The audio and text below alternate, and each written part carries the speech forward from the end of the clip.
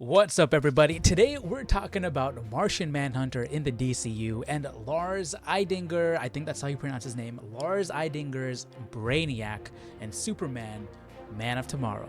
Let's start things out with the greatest and probably the most underrated superhero of all time, Martian Manhunter. James Gunn has teased him multiple times in the DCU, from Superman to Peacemaker, and has said, in fact, that he is in this DCU. We've got references to Chacos, we've even got references to Martians themselves and how they will look in this DCU. Shit. You said that so confidently, I had to actually look back at my phone. Eyes don't always come in pairs. Right. I forgot about Martians, one big eye. If you want to know more about that, I'll post some videos up here and down below for you to check out. But now you might be wondering why I have Blade up here. Mahershala Ali's Blade, to be exact. Well, there's been rumors going on for quite a while that this movie is done for. This thing is dead. It's canceled. It's over with. In the past couple of days, especially, there've been articles. You see a headline right here: rumor Blade reboot dead at Marvel Studios. But since these are all rumors, people are talking about the cancellation and are speculating as to what the future can be. What if Mahershala Ali doesn't have a future at Marvel? What if he has a future at DC as Martian Manhunter? People have been talking about this fan cast for quite some time, and if his schedule is open, if he's not playing Blade, hey, maybe he could be playing Martian Manhunter in James Gunn's DCU.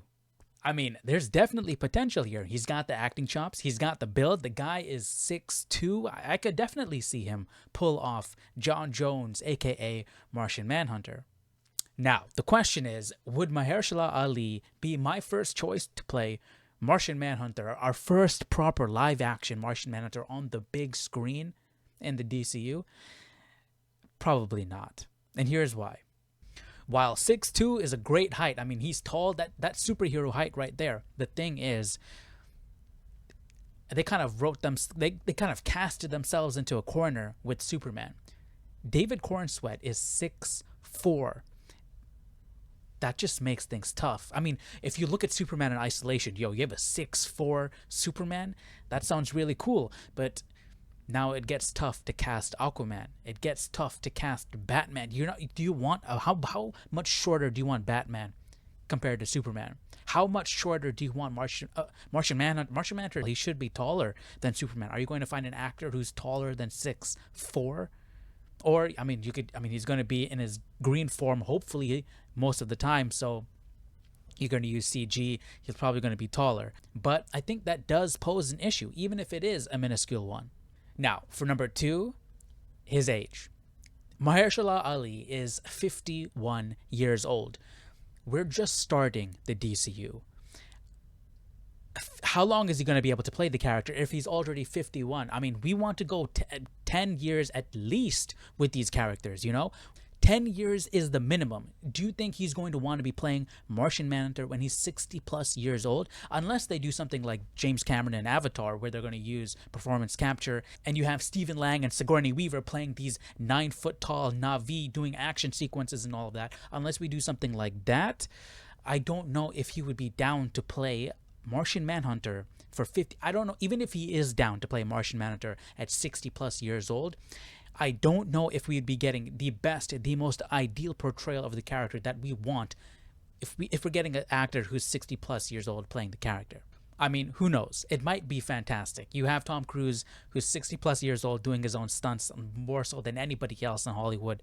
And again, like, they could do something like Avatar. They could use CG and all of performance capture and all of that. That said, I want Martian Manhunter to be a mainstay in the DCU. If Superman is around his 30s, if Batman is around his 30s, I want Martian Manhunter to at least be like maybe in his 40s max, because I want him to, he can be older than everybody else, but I want him to be able to grow with the character. I want him to play an active role in the DCU, in the Justice League, maybe even have his own solo movie. That would be fantastic. His own TV show.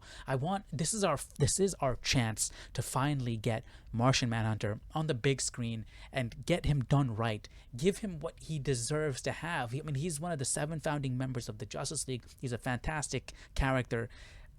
probably the most underrated superhero of all time. I mean, look at the guy's power set. He's fantastic. His backstory is tragic, more tragic than Superman. There's so many things that you can do with this character.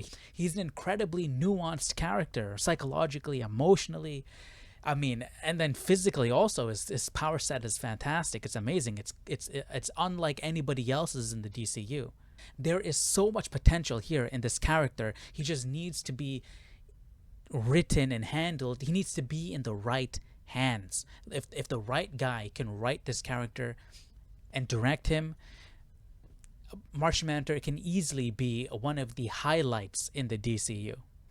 Now, for my third issue with this fan casting, and it might not be an issue at all, it's the fact that Mahershala Ali, I mean, he's a big name. People know him. People know his face. And Martian Manhunter is a character where you don't want to see his face too much. You want him to be in his green form all the time. I mean, obviously he's going to be the Detective John Jones, and you're going to see him in his human form and all of that. And Mahershala Ali is going to be able to show his face that way. But once we move on from the grounded stories, the detective stories, and we move into, you know, them being on the watchtower, them facing global threats, Darkseid, Brainiac, all of these things where he's going to be his superhero form. I don't want this to be like some Supergirl type of situation, the TV show, the CW show, where he's in his human form for the most of the time. I want to see Martian Manhunter be Martian Manhunter. I want him in his outfit, in his costume. I want him to be green all the time. Well, most of the time, you know what I'm saying? And a lot of times when we get these big name stars, they want to show their faces. You want to see them. I mean, that's why you're bringing them on board, right? You want that name recognition, that facial recognition. With James Gunn, we might not have that issue, because you look at Groot, you look at Drax the Destroyer, that's face paint, so maybe that's a little bit different. But then you look at Rocket Raccoon, you got Bradley Cooper being a raccoon the entire time. You're not seeing Bradley Cooper's face. You're just seeing you're just hearing his voice. So now that I think about it, actually, that might not be an issue at all. But I think my main issue would be his age.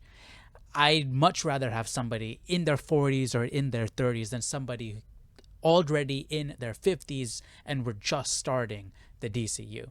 Now, it's time we talk about what I believe to be is the absolute best casting in the DCU so far. Lars Eidinger, I don't know how he pronounces his last name. Lars as Brainiac. Look at this image right here. I think this is not just visually speaking, I think this is the best casting in the DCU. He has the acting chops for this. I'm going to show you a couple of clips of him, but he definitely has the acting chops. Have you guys seen Krypton? I've not seen Krypton, the TV show, but this is the type of performance I'm expecting. Me. How often desperation inspires creativity. You will do anything to ensure your survival, say. I've never seen Krypton, the TV show, but this is the type of Brainiac that I'm expecting from Lars Eidinger. I don't know if you guys have ever seen Superman Unbound, the animated movie, where John Noble, aka Denethor from Lord of the Rings, played Brainiac. That's the vibe I can see from Lars Eidinger. He can pull that type of performance out. Let's check out some clips of Lars doing his thing, and you guys will see what I'm talking about here. Weil ich nicht zum Liebhaber tauge. Mich in dieser schönen, wortgewandten Welt von heute zu amüsieren. His eyes, the cheekbones, the Habe ich mich nose. entschlossen, ein Scheusal zu sein. That's what gives me the Brainiac, especially the nose.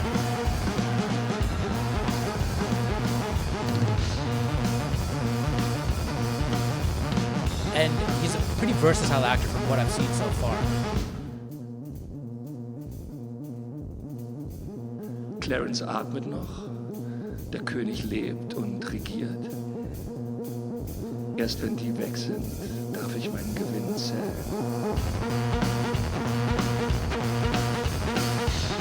He seems to be a very physical actor as well, which is, I'm curious if James Gunn is going to use that physicality. You know, Brainiac is not going to move his his body in such violent and animated ways. He's very stoic, very still, you know. He commands presence around him. So I'm curious to see the interpretation. So I'm curious as to what James Gunn has in store for us with Brainiac, if he's going to be using the physicality of Lars or not. But that's one clip I wanted to show you all. And check this out.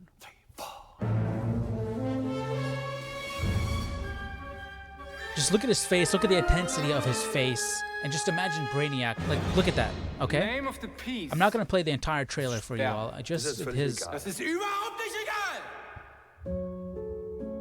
Just his bits. Guck mich mal an, bitte. Es geht Papa. Papa geht's schlecht. I mean, it's clearly not a one-to-one performance. Like, hey, this guy, he's pretty much playing Brainiac here. But you can see the potential in his acting. Aber ich habe das akzeptiert, weil du bist so anders als ich. Ich bin dir sehr ähnlich. Nein, Tom. Doch. Genauso kalt. Like, I can see him pulling off that regality that Brainiac has, that whole aura that Brainiac has. I can definitely see him commanding a presence. Liv's Phoebe's da. Just look at his face. There's so much emotion behind those eyes, but it's so calm. He can definitely pull off that calm, collected, I'm in control here. You are beneath me. You're just this little thing. Just kneel down, give up. I'm taking over right now. He can definitely, if you can feel it when he walks into the room. He's giving that type of energy. Schade, dass es nicht dein Kind. But then also you see he can pull off this really soft kind of facial expressions as well.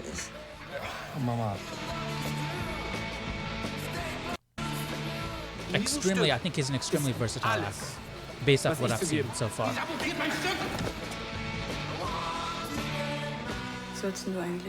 Anyways, we don't need to watch this whole trailer. Let me just skip to the next part he's at. I'm kind of curious about this show now. This trailer is really good. But he seems to be a very intense actor, a very emotional actor.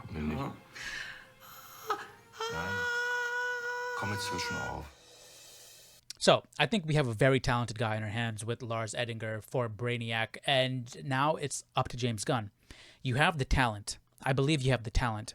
Hopefully James Gunn saw the talent. Well, I mean, sure he did. He picked the guy. He auditioned for the role. James Gunn picked the guy. Now it's up to James Gunn to pull that performance out of him.